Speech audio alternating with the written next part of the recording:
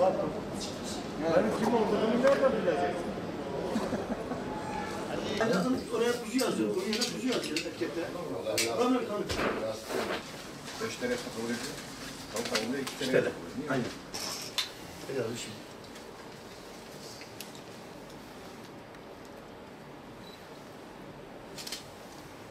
Artan enflasyon ve döviz kuruna bağlı olarak birçok temel gıda maddesi zamlanmıştı. Fiyat artışının en çok yaşandığı ürünlerin başında da tavuk fiyatları geldi. Kırmızı ette ise belirli oranlarda zam geldi. Döviz kurallarında yaşanan ani düşüşün ardından kamuoyunda fiyatlarda indirime gidilmesi yönünde güçlü bir beklenti gözlemliyoruz.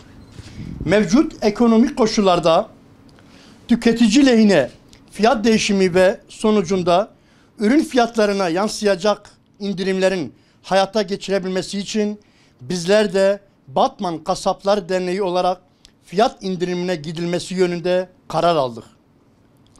Bugünden itibaren kırmızı et ve beyaz ette %7 oranında fiyat indirimine gidilecektir. Bu oran kırmızı ette kuzu dana olmak üzere 5 TL, beyaz ette ise 2 TL'ye tekabül edilmektedir. Bir diğer başlık konumuz ise bu büyük marketler yani AVM'lerdir. Bilindiği gibi AVM'ler şehirlerimizin her köşesine ve hatta sokak aralarına bile dalmışlar. Bu da haliyle küçük esnaflarımızın yok olmasına sebep olur. İlgisizlikten dolayı birçok meslek dalı yok oldu. Devletin küçük esnafa mutlaka el atması gerekiyor. Mutlaka desteklemesi gerekiyor. Küçük esnaf ölürse kültür ölür. İşsizlik büyür. Buna mutlaka çare bulunması lazım. Sokaklarımızın gülü, küçük esnaflarımızın yok oluşa terk edemeyiz. Büyük marketlerde yalnızca gıda ürünleri değil, ayakkabıdan ev eşyasına, telefondan teknolojik aletlere kadar birçok farklı ürün satılıyor. AVM'de birçok farklı dalda meslek icra ediliyor. Dolayısıyla tüm küçük esnafların varlığı tehdit altında.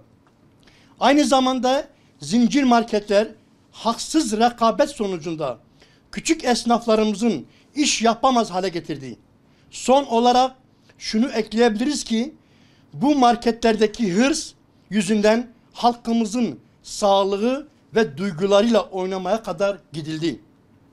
Vatandaşlarımızın et konusunda doğru bilgilendirmek bizim vazifemizdir.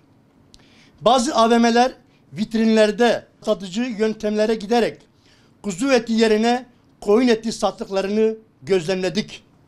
Etikette kuzu eti yazılıyor fakat satılan et koyun etidir.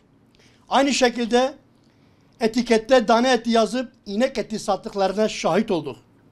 Çünkü kuzu ile koyun eti arasındaki alışta 15-20 TL fark vardır. Halkımızın bu konuda daha dikkatli olmalarını ve et alırken daha seçici olmalarını istiyoruz. Halkımızın duygularıyla oynamaya hiç kimsenin hakkı yoktur. Bu konuda yetkililerden gerekenleri yapmalarını istiyoruz.